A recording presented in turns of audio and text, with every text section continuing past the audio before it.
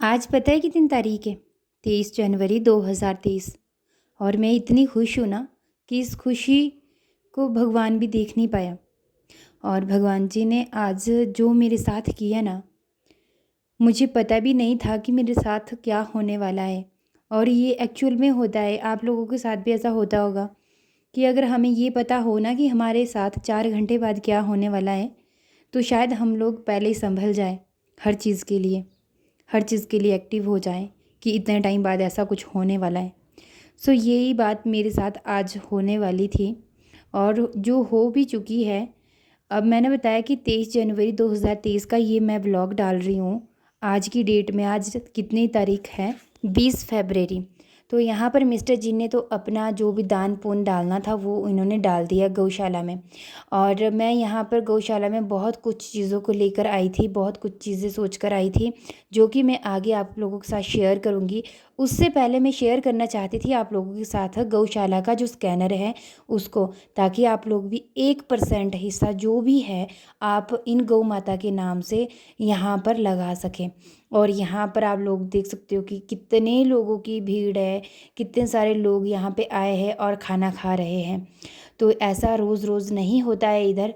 तो मैंने सोचा कि क्यों ना हम लोग जैसे जब गए तो हमें भी पता लगा कि क्यों ये भीड़ थी यहाँ पर, बाद में ही पता लगा। तो उससे पहले मैं आप लोगों को यहाँ पे गौशाला में जो गाय है उनके चक्कर लगवा लेती हूँ, वो बता लेती हूँ। तो जैसे ही मैं अंदर गई तो मुझे यहाँ सबसे पहले कुछ इस तरह की गाय मिली। मतलब जैसे कि ये कैल्फ आप लोग देख रहे हो ना, बीमार पड़ा है, वैसे ही यहाँ पर मुझे ना कम से कम 4 से 5 गाय दिखी। इस दरवाजे से परली साइड थी वो गाय। और मिस्टर जी ने बोला कि इनको भी बता लेना ज़रूरी है क्या, क्योंकि वो गाय ना इतनी बीमार पड़ी थी और इतने बड़े बड़े उनके पेट फूले थे कि मैं क्या ही आप लोगों के साथ बताऊं।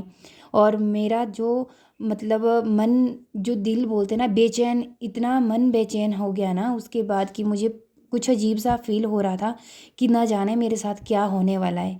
और ये मुझे एहसास वहाँ से ही होना शुरू हो गया था, जो कि मैं आपको बता रही हूँ कि भगवान जी ने मेरे साथ ऐसा क्यों किया। और वो भी इतना, जब हम किसी के बारे में अच्छा सोचते हैं ना कि हम ये करेंगे वो करेंगे, उसके बाद पता है प्लानिंग ना, सच बोलते भगवान जी, क्या सारे बोलते, बहुत बोलते कि कभी भी आप लोगों को प्लानिंग नहीं करनी चाहिए। कोई भी काम दिखता है उसको कर दो, कोई पता नहीं कि कब हमारी ज़िंदगी अगर आज है तो कल का सूरज हम देख भी पाएंगे कि नहीं।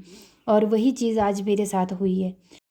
तो मैं यहाँ से जब आई गुज़री और मैंने जब देखा तो मेरे को ऐसा लग रहा था कि मेरा मन ना मतलब इतना बेचैन हो गया था वहीं से ही कि क्या ही आपके साथ शेयर करूं।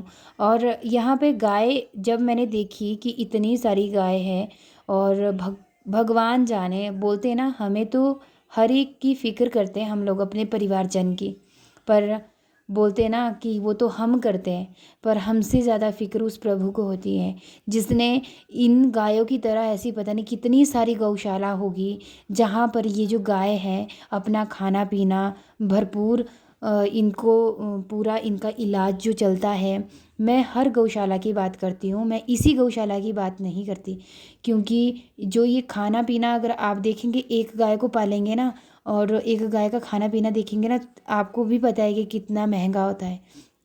वही चीज़ अगर आपको गौशाला में सोचनी हो ना, अगर भाई आप लोग दान पुण्य नहीं करेंगे इन गौशाला में तो शायद ये गौशालाएं ना चले। और ये सब ना आप लोगों की वजह से चलती है। तो मैं भी आप लोगों से पर्सनली रिक्वेस्ट करना चाहती हूँ कि गौदान करने के लिए तो हम लोग सब आ जाते हैं गौशालाओं में आजकल। पहले का गौदान तो ऐसा था कि उस गौदान को मतलब हम लोग अपने घर में पाल के भी रखते थे, ठीक है, और उसके बाद 1 साल बाद हम लोग उसकी सेवा करने के बाद उसको दान करते थे। पर आज के टाइम पे ऐसा कुछ नहीं है, हर चीज़ में फॉर्मेलिटी है। तो चलो जो भी है। और यही चीज़ मैंने भी यहाँ पे सोची थी जब मैं आई। मैंने सोचा कि आज क्या, मैं अपने मन में विचार बनाया था, मैंने किसी को बताया नहीं था।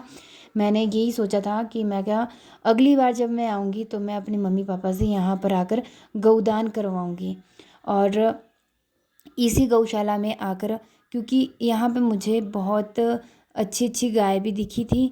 और बात अच्छी की भी नहीं है, बस ये है कि मतलब सेटिस्फेक्शन की है, जब आपको संतुष्टि यहाँ से मिल जाए।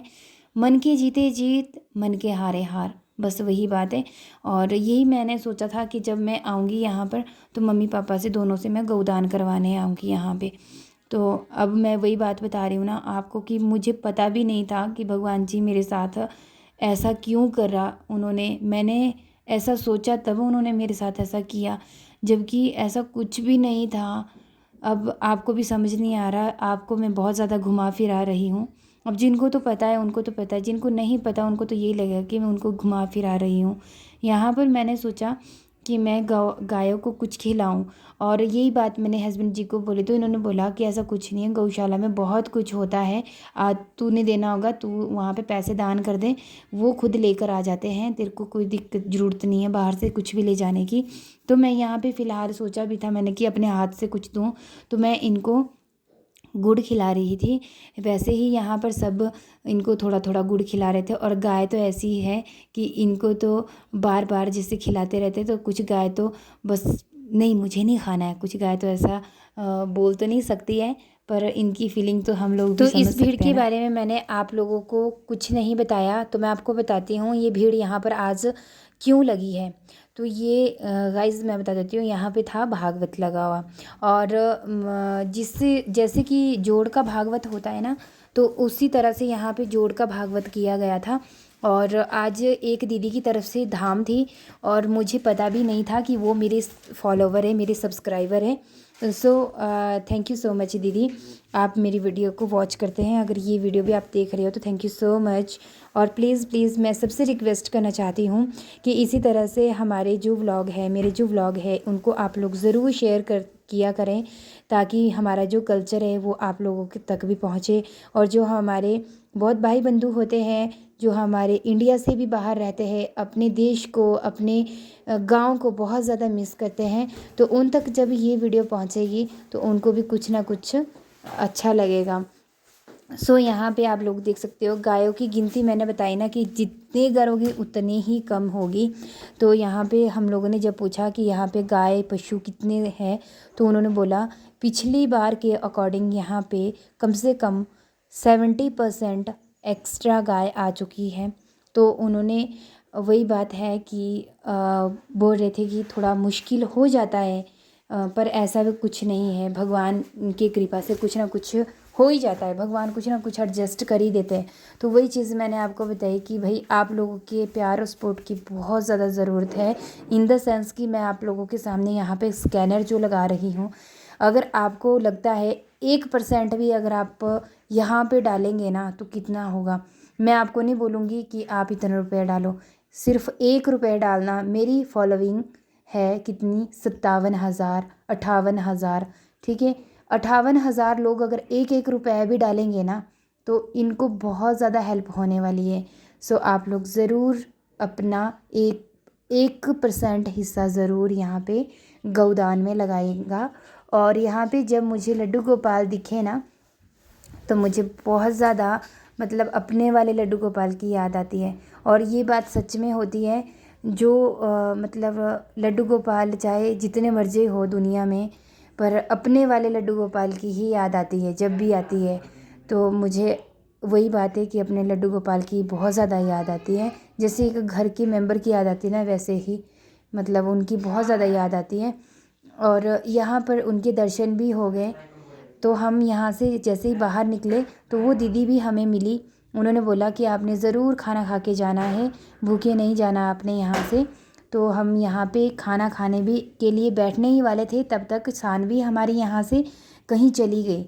और वो हमें तो कुछ नहीं था, हमें तो पता था कि यहीं पे होगी, पर इसको बहुत ज़्यादा डर लग गया था कि ये सोचने लगी कि मम्मा और पापा कहीं चले गए और मैं उनसे गुम होगी। तो बहुत ज़्यादा रो रही थी, बहुत ज़्यादा। तो पापा ने इसके पापा ने इसको फ़ोन नंबर लर्न करवाया, याद करवाया। उसके बाद हम लोग आने वाले थे घर के लिए। सो गाइस मुझे पता भी नहीं था कि आज पूरे 4 घंटे बाद मेरी मम्मी एक्सपायर होने वाले हैं। और आज मेरी मम्मी का लास्ट दिन है, जिनके लिए मैंने यही सोचा था कि मैं यहाँ पर उनको अगली बार लेकर आऊँगी और यहाँ पर उनसे गौदान करवाऊँगी। और ये सिर्फ़ मैंने ही मेरे मन में ही रह गया और मैं उनसे ये काम करवा नहीं पाई। तो आप लोगों से सबसे रिक्वेस्ट है कि गाइस ज़रूर मतलब उनको आगे का जो रास्ता है ना वो मोक्ष उनको मिले। बस मैं आपसे भी यही प्रार्थना करती हूँ कि ज़रूर उनके लिए अच्छी अच्छी कामना ही करना आप लोग भी। और जो हमारे हाथ में ना वो सच में हम नहीं कर पाते जिस वक्त ये सारी चीज़ें घटनाएं घट जाती है। और चलिए तो ठीक है, इसी तरह से मिलूँगी मैं आप लोगों के साथ अगले व्लॉग में। और आपसे भी मैं ज़रूर बोलती हूँ कि माँ बाप बार बार नहीं आते, और हो सके तो टाइमली जो भी आपने सोचा होता है वो उनसे टाइमली काम करवा लो। Okay, bye bye.